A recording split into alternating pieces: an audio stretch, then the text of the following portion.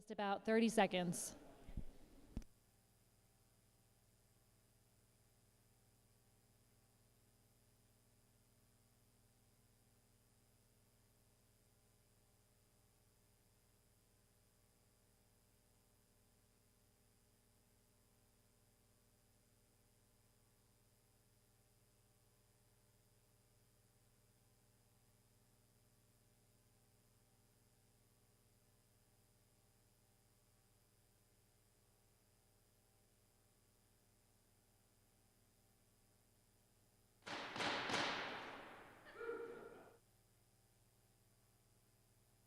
Awesome. Thanks, everybody. Welcome to the Special Committee on the Environment and Resiliency. I am Chairwoman Sue Anderbois from Ward 3, and I'm joined by Councilwoman Anthony, Councilman Sanchez, Councilman Royas. We also have our fantastic clerks, the solicitor's office. We have our director of policy, Aaron, as well as our intern, Logan. And we're also joined by the director of sustainability, Priscilla De La Cruz. And I also see the chief of policy and resiliency there in the background, Sheila Dormady. So thank you all for being here. We're going to start and take testimony on the ordinance amending chapter. Oops, I'll let the clerk read that. We're going to take testimony on the ordinance before us today. And I just want to note before we read it into the record that there is a sub A that will be formally adopted at our committee meeting after this. But if folks would like to see the sub A, that's been posted. There are copies for you there. They're the ones that have the blue writing. Clerks, could you please read item number 1 into the agenda?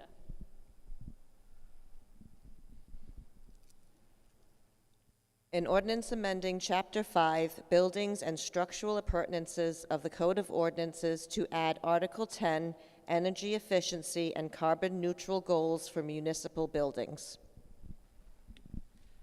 Would you mind please bringing up the sign-in sheets, please, Napoleon?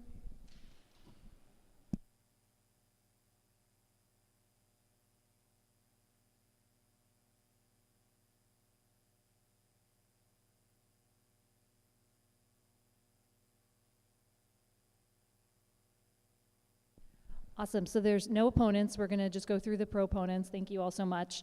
We're going to start tonight with Priscilla De La Cruz and David Ruggiero from the Sustainability Department. If you could come on up, please.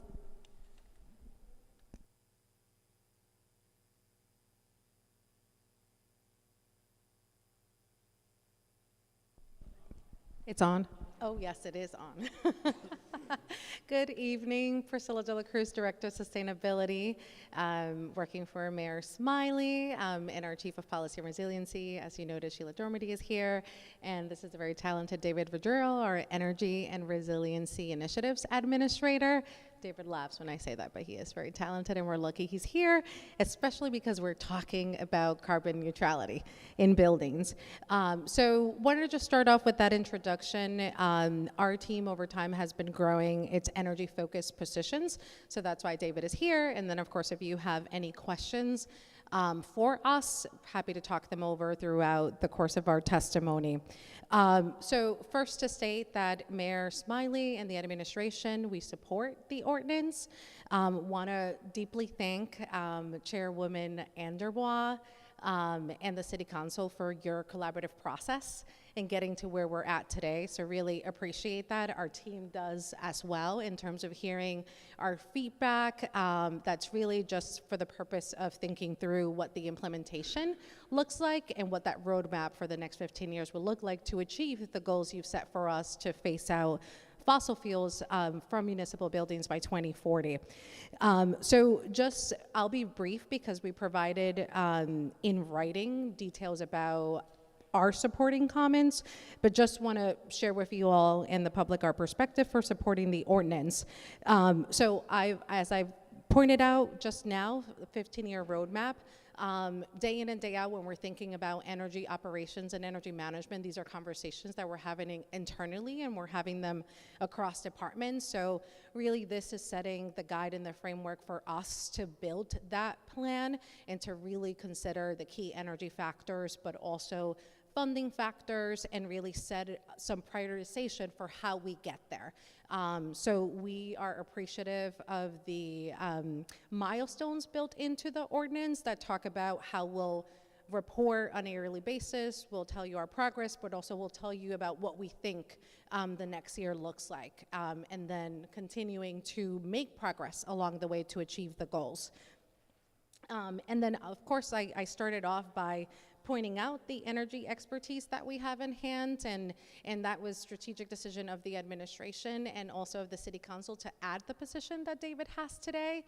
So we continue to expand those energy roles for this very purpose of figuring out what our decarbonization strategy citywide will be, and of course, this example that this ordinance will set in terms of how the municipality can get there over the next 15 years. So wanted to point that out, and this is work that we are already doing and underway, have begun with the Department of Public Property, the Parks Department, and really day in and day out, David is working with various departments to figure out how we do this very work that you've outlined for us here in the ordinance. I will skim over the very minor recommendations we have. It's like wordsmithing and terminology that we've already discussed. So again, thank you for considering those along the way.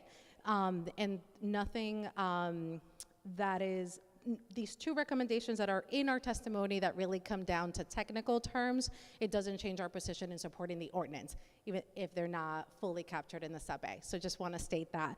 And then lastly, in terms of that I'll share from my perspective, and then I'll see if David wants to add anything, and if you have questions, is from our perspective, we're of course looking at our climate justice goals and the carbon neutrality goals that are set there by 2050, that's for citywide, but also thinking about the other things that the city is already doing to comply with state law.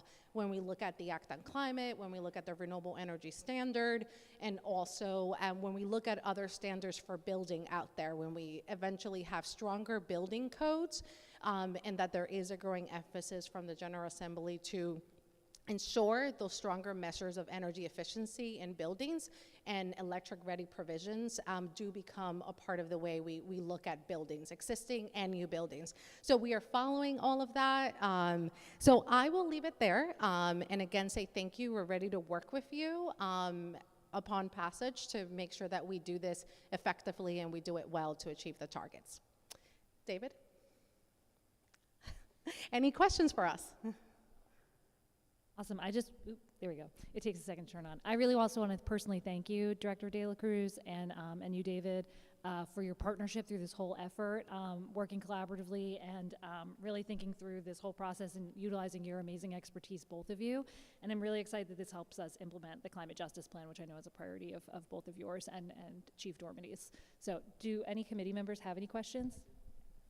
I also would like to thank both of you very much for all your support in getting this over the finish line. I just have a quick question. For the school construction that is going on right now, the brand new schools that are being built, are we making them renewable? I mean, are we making Great sure question, they're not going to Councilwoman. be fossil fueled since they're brand new and they're going to be lasting us for a long time? So the state mandate by RIDE is to electrify and decarbonize schools. So they must be made solar ready as well as to be electrified. The decarbonization comes with a cleaner grid. So right now we have 2 schools that came online recently. Did they finish? I think they still have a little bit work to do. And we need a better database to track all of that, and we're working on that. But yet they are solar ready, so if we enter in, when we enter into an agreement with a solar provider, panels can be put down and energy can start flowing into the building. So to answer your question, yes, the schools are being built to that standard.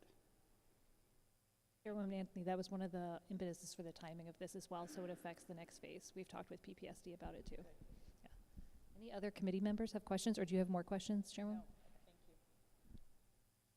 thank you. Okay.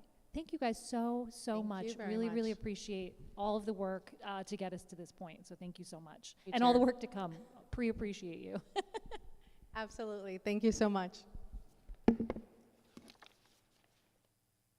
Awesome. Can I please invite Michael Rose to come up? And while he's walking up, I really want to thank Mike, Pat, I see Aislinn, all the folks from Climate Jobs Rhode Island who have been working collaboratively on this as well for many months to get us to the place we're at today. So thank you so much, Mike. Yeah, thank you.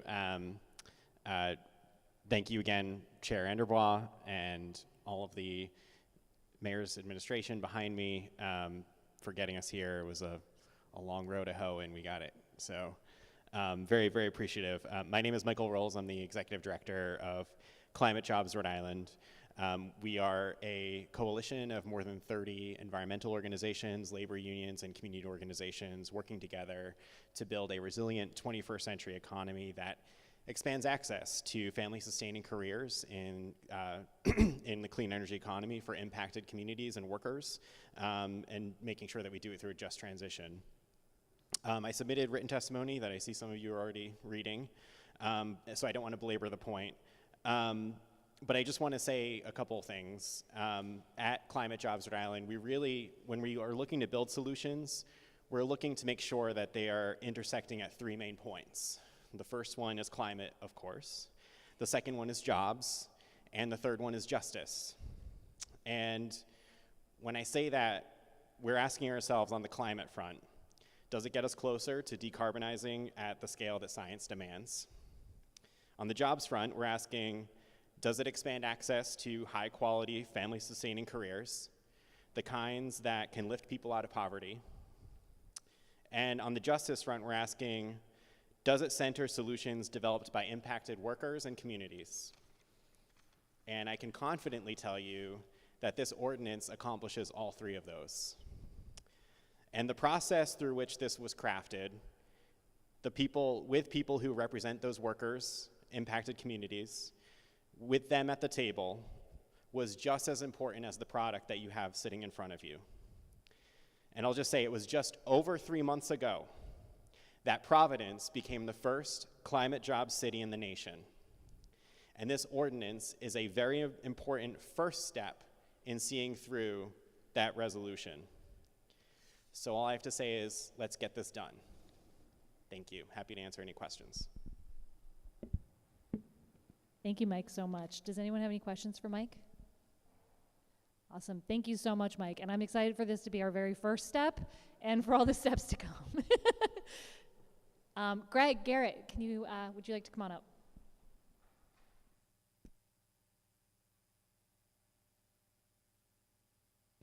Good evening, members of the committee. My name is Greg Garrett. I live on 6th Street. It doesn't seem like there's a lot of opposition or a lot of speakers. So I'm just going to give you a little background in a different way. I just wrote a paper called A Climate Justice Economy, The Way Forward for Rhode Island. So essentially, I totally support this ordinance and what we need to do. I doubt it goes far enough, but I also know that that's the reality of politics in America these days. But I will talk about why we really need to do this. You look at how we do economic development in this country, and it's usually a top-down process. It's how do we funnel money to the owners of lots of real estate?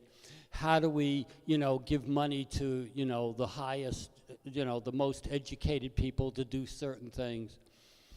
I'm not sure that that's the way we're really going to be able to prosper in the 21st century.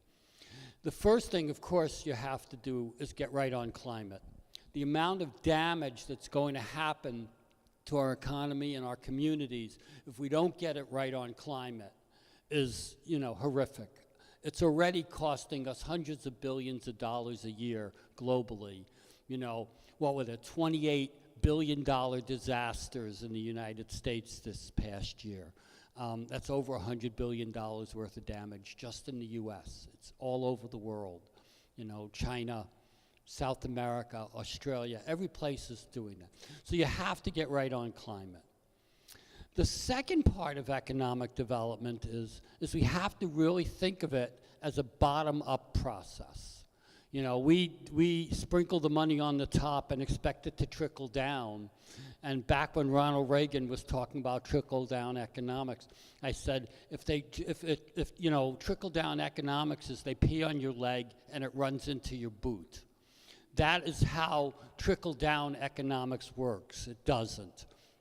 So what we really need to do is focus on how do we make sure that economic development starts in our lowest income communities. That's where almost all of state and city resources should be going. That's how you do this right, is you start there.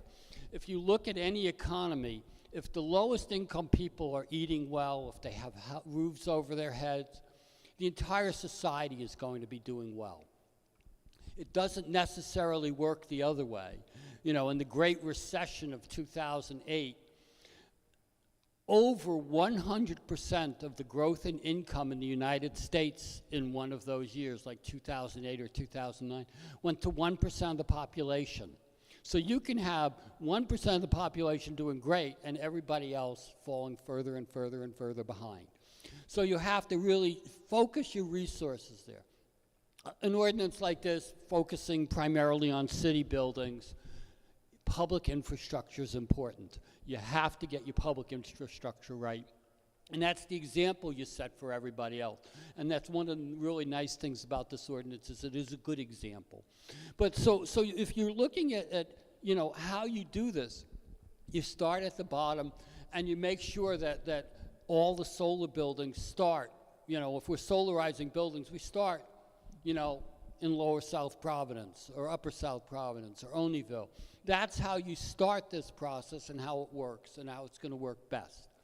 So you do the climate, but you start there, and you also think about all the rest of the things. You know, you got to talk about agriculture, plastics, and you know, an entire range of things. The transportation system. I mean, you know, we're going through this situation right now. They want to build a new bus depot, but they don't have money to keep the buses running. It's called putting the cart before the horse. And so this bill is a good one, and we really have to start to think more and more about which direction is the cart, which direction is the horse, and you start from the bottom. You know, you don't build from the top down, you build from the bottom up. I'm happy to take questions. Thank you so much, Greg. Does anyone have any questions for Greg? I really appreciate that, and I totally agree. You have to start at the bottom, move on up. I also have a copy. I'm happy to share it with the committee. Awesome. How about Amanda Barker?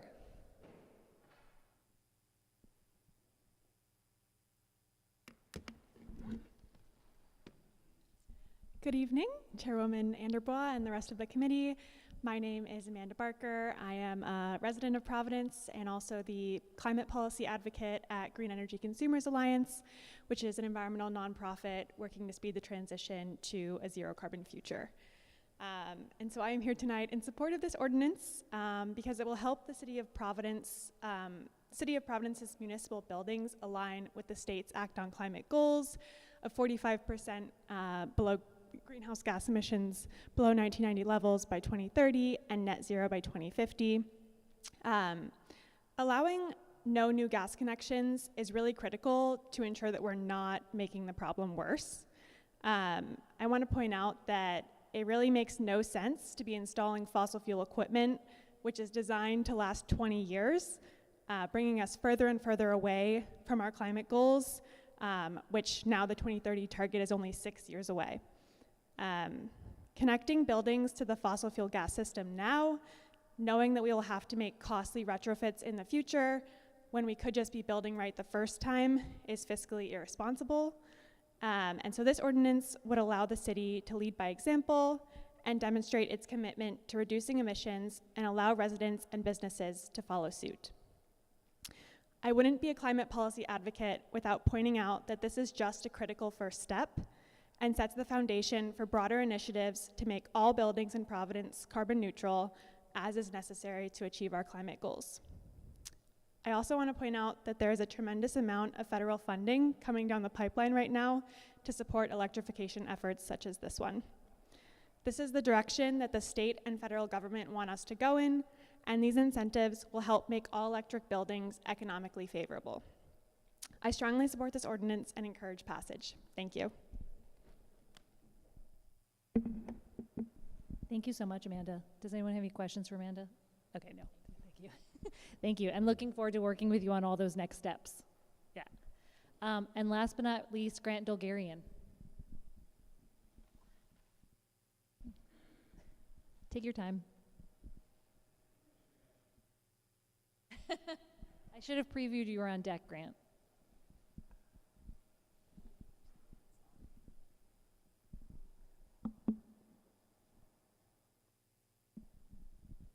We can also bring you the mic if walking is difficult, Grant.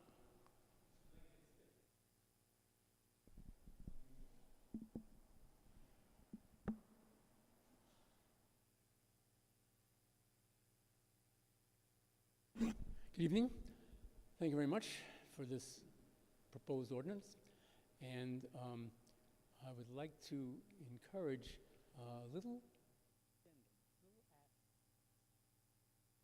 all the effort that we're going to make for our buildings, our municipally owned buildings. I'm sorry, for all the effort that we're going to make for our municipally owned buildings to be carbon neutral. That effort will be wiped out if the state relocates the RIPTA transit hub from Kennedy Plaza to anywhere. Number one, it makes no sense. Number two, they're proposing to spend too much money. And number three, they haven't even done what you would think would be the prerequisite, and that is to make a determination as to how it would affect ridership. Would it impact it negatively, positively, no impact at all? We don't know. Why? Because they haven't done it.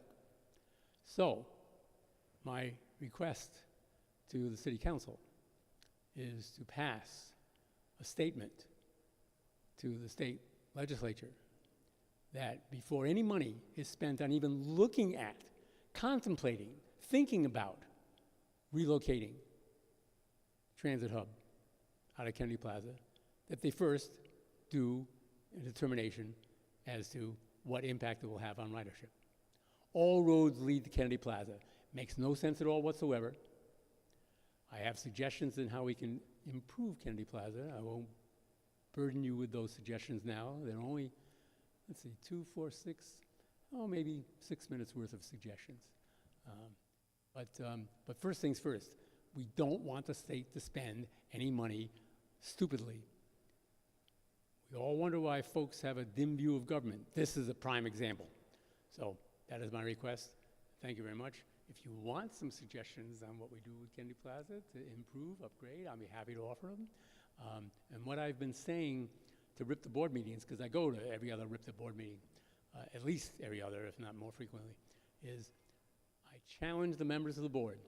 How can we improve ridership? How can we increase ridership on RIPTA? And so far I haven't gotten much response, but that's what we need to do. We need, I'm not suggesting if people are going back and forth to work every day, 5 days a week, that they're gonna take the bus every day, because if they got errands to do after work, they wanna take the car. But they're not doing errands every day after work, they're going back home. So once or twice a week, they can take the bus. But we need to get them to check it out, try it out. And, but in the meantime, for the state to spend any money, this proposal is sort of just a no-brainer. It just makes no sense at all whatsoever. And it's why folks have a dim view of government, an example, I should say. So anyway, thank you very much for your time. Any questions? I'm happy to answer. Awesome. Thank you, Grant. Does anyone have any questions for Grant? Thank you so much. And we'll look forward to hearing the 6 minutes of ideas at another forum that is related to RIPTA. Thank you. That seems to conclude all of the public testimony for this ordinance. Clerks, how do we formally close out?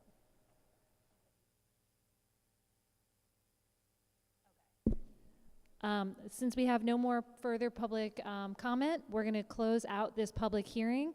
The time right now is 6:28, and this public hearing is adjourned.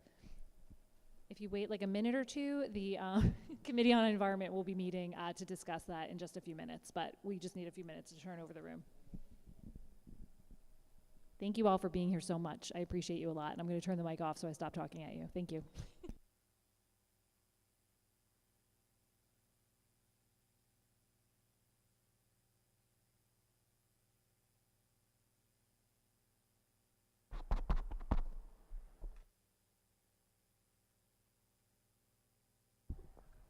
Oh, wow. Okay, cool.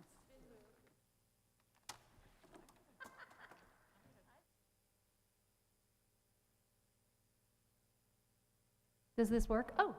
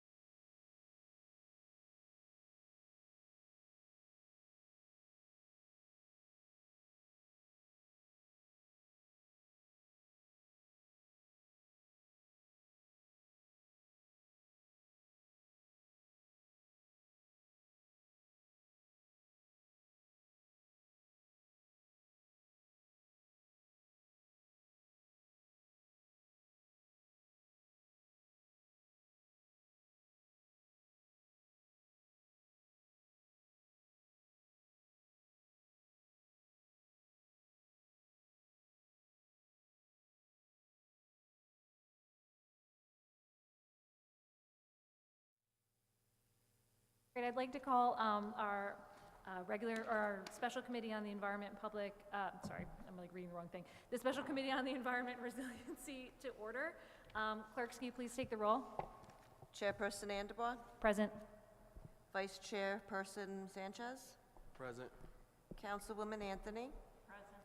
Councilman Espinal is absent. Councilor Royas? Present. You have 4 present and 1 absent. You have a quorum. Thank you so much.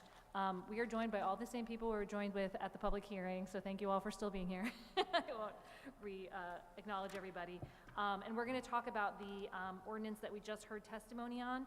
I would really like if someone could make a motion to replace the ordinance with the substitution A. Is that the? Oh, can you please read number 1 into the record, Claire? An ordinance amending Chapter 5, Buildings and Structural Appurtenances of the Code of Ordinances to add Article 10, Energy Efficiency and Carbon Neutral Goals for Municipal Buildings. Thank you so much. Can I please have a motion to replace the ordinance on the table with the substitution A that's in front of us? I'll make that motion to Second. provide the sub A. Awesome. Motion made by Councilwoman Anthony, seconded by Councilman Sanchez. There's a situation happening here. All in favor? Aye. Any opposed? Oh, okay. Awesome, great. The sub A is now replaced. I just want to walk through super quick. And so for members of the public, we actually pre-posted the sub A on the, there's copies out there for you. It's also for anyone who's watching from home, like half of the city of Providence, I'm sure.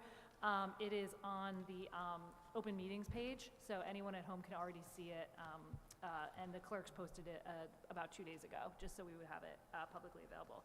But just a few quick notes about what we changed, and I really want to again thank both Director De La Cruz and her team, Chief Dormady, as well as our friends from Climate Jobs Rhode Island and the members of Climate Jobs Rhode Island for this conversation. On page 4, we clarified all school buildings being not powered by metered and delivered fuels. We just wanted to be clear what we meant by fossil fuel there, and it's for all primary building systems. So just to be clear about that this is for powering the buildings. And we added to the annual reporting guidelines information about jobs that are created or sustained by these projects. And under the labor standards piece, we are referencing the standards that are in the Providence Tax Stabilization and Investment Act so that they're consistent with other city policy. So I really want to thank everyone and we also fixed some typos that particularly Director De La Cruz found, so thank you, Director De La Cruz, for finding my typos. Just wanted to make sure, and if any committee members had any questions or comments on the sub-A.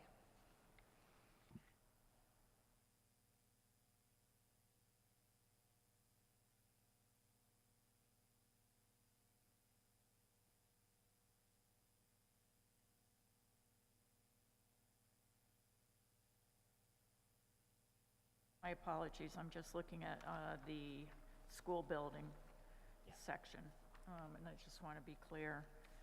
So they must be not powered by fossil fuel by 2040 for all primary building systems. Starting immediately, no connections to fossil systems. It provided the replacement thermal system for heating, cooling, hot water, and appliances in the building provides the same or greater safety, reliability, and cost effectiveness. Okay, I just, I'm always looking for the wiggle room. Yeah. So my question is, under what circumstance would they not be able to do this? Yeah, I think I understand your question. So we're intentionally trying to not provide wiggle room unless there's some sort of very extreme case where something, provided that the replacement thermal system for heating, cooling, hot water, and appliances provides the same or greater safety, reliability, and cost effectiveness. And the cost effectiveness definition we use here is our own cost effectiveness, which includes the social cost of carbon, part of that cost effectiveness. And so the idea is that there is not wiggle room, except in an extreme circumstance where it is just wildly cost ineffective or less safe for some reason to not do this. Or causes some sort of lack of reliability. We don't want to put any of our students or our municipal workers or the workers on these buildings in any sort of danger. We don't foresee that happening, but wanted to make sure we include this just to make sure we weren't doing anything that was unreasonable as we're building our buildings. And I want to thank Climate Jobs because they're the ones who suggested including that, just in case something happens. We want to make sure that we have that included in there as well. And for all primary building systems, it's so for the full functioning of that building. Okay. And then not powered by is just recognizing we're not actually putting we're not actually unhooking it from the gas system. That's not necessarily what's happening. So disconnect it was kind of an. Now I appreciate all the thoughtfulness in this particular paragraph because we certainly have a lot of existing school buildings that are of a certain age, and so I appreciate, the fine line we have to dance there. So thank you. Thank you. That's a really good question. Any other questions or comments?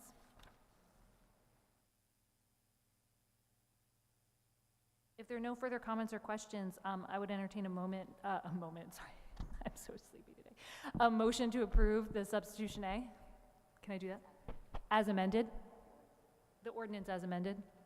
I'll make that motion. Second. Motion made by Councilman Anthony, seconded by Councilman Royas. All in favor? Aye. Aye.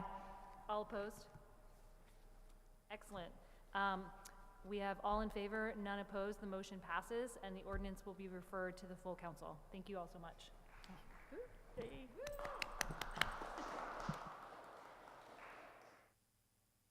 If we have no further business, I'd entertain a motion to adjourn. Motion to adjourn. Second. Awesome. Motion made by Councilwoman Anthony, seconded by Councilman Reyes. All in favor? Aye. Any opposed?